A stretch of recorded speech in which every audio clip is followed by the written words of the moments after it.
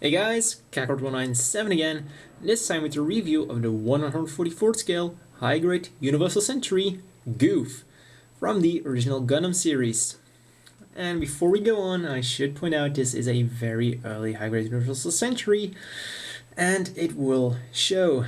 So, for colors, we have a lightish blue for most of the limbs and some parts. So this here. That's it. Then a very dark blue for the body and the shield. Then black for this part here. And some lightish gray for the backpack and a different kind of gray for the machine gun.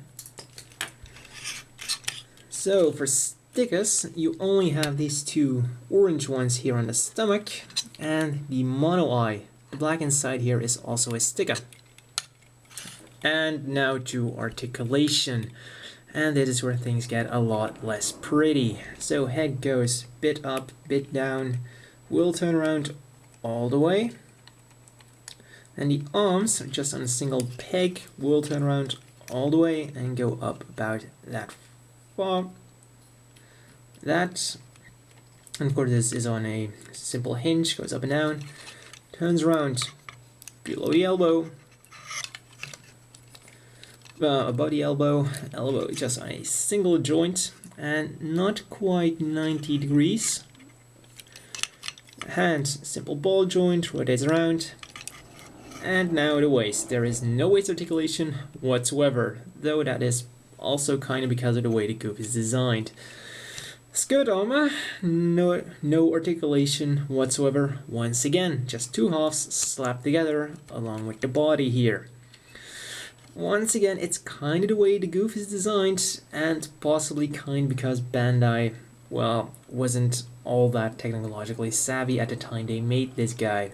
Well, they had a lot of experience by then, but I guess not enough to get a good working side skirt, because I don't think it was until they really started releasing like the 2.0 master grade that I had a very good side skirt setup. And possibly that setup would possibly be too hard to do on this guy as well, because I think the Gouf Custom doesn't even do it. So I guess I'll kind of pardon it for that. But still, legs go only up about that far, back like that, and out like that, and with the feet like that. Legs are double jointed, but you're about 90 degrees. So once again, that's not all that great. Feet are just on a simple ball joint. Forwards like that, backwards, side to side, rotate a little bit. So unfortunately not that crazy hinge setup you see on most of the Zakus nowadays. So articulation, despite a lot of the, well, errors being due to the way the mobile suit itself is designed, it's still quite unfortunate. So, accessories. For starters, you get this very nice Zaku machine gun. And the handle here is simply pegged in, but there are two pegs on it, so you can either have it sticking out like that, and there's another peg here, and then you simply peg it in like that, and then it looks like it's stored away. And then of course comes also with an extra right trigger finger hand, so that you can hold on to it. Come on. Like that. Yep. Simply pull it out, put it in, and then you can make it look like he's holding it with his left hand. Because unfortunately you only get one left hand, which is actually quite a shame, because if you take a little look at his heat rod gap, you can actually remove this, and then if they would have included a little cover for this and an additional normal looking left hand, then you could have made the MS-07A Gouf pre-production type, which was also kind of like a test for to see how the Gouf would perform. So they actually missed out quite a chance to give you some extra customization options for like 2 parts, well 3 to be completely fair to them, because you would of course need 2 parts for the hands. But then again, including 3 extra parts isn't exactly rocket science.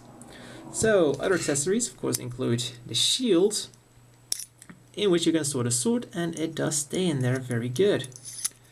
Not going to fall out. And unlike the anime, this is one solid sword, the way it probably should be, because this is of course a heat sword and not a beam sword. Kind of like they made it look in the anime, because this entire blade would of course heat up, hence the name. And of course will sit into the hand very nicely.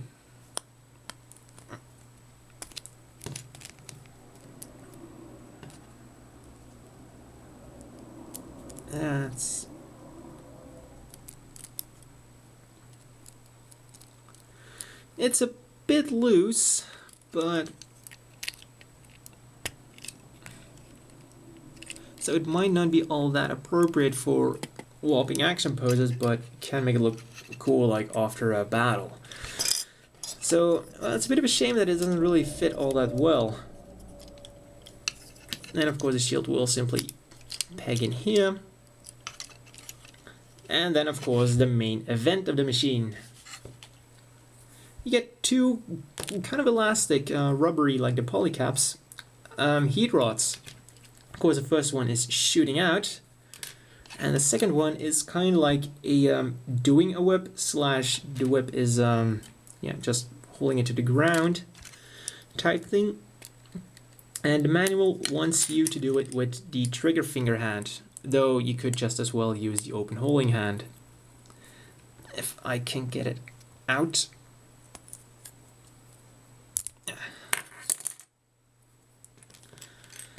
So, first of all, you have to put this in here.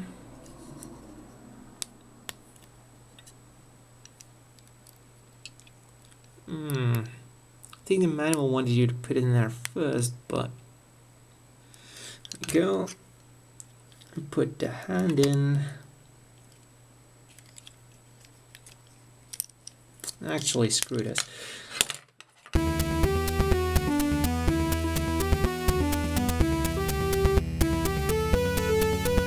There we go.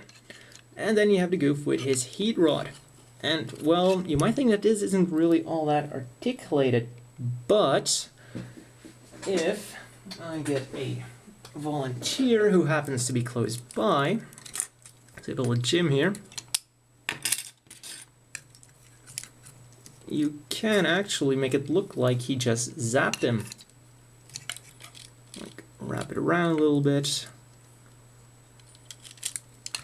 So you can make it look like he just beat up a space gym who totally wouldn't be on Earth. So yeah, you can actually do quite a lot with this whip. Really nice. So that's all for accessories. And as always, the inevitable question is, do you want to buy this? Well, as I already pointed out, Articulation is pretty horrible due to his age and the way the kit, well, the model itself is designed. So you're not really going to get a lot of really whopping action poses out of it. Accessories are pretty nice, though they could have given us a couple of extra and charged us like 100 yen extra, but then we would have been able to make 2 models out of it, like the way you can with the 2.0 Gouf. He retails for around 800 yen, is a kit from 2000, so price quality, well, yeah, this waist is still kind of a problem. So overall, I wouldn't really recommend it, considering how completely awesome the 2.0 Gouf is. He can do everything this guy can and more. You pay more, but you get a lot more. And while the Gouf 2.0 doesn't really come with any other weapons other than the Gouf weapons, you can borrow all the weapons from a Zaku, something this guy cannot really do because, well, you do have like well, pretend holes here, these are useless, whereas the ones on the Gouf are actually identical to the Zaku, so anything the Zaku can do, this guy can do.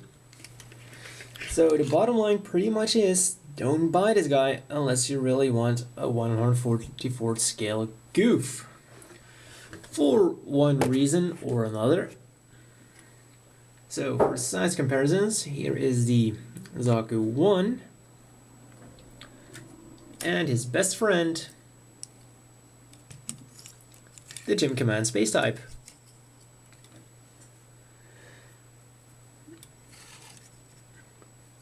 So, and that's all for this review, and see you at the next one.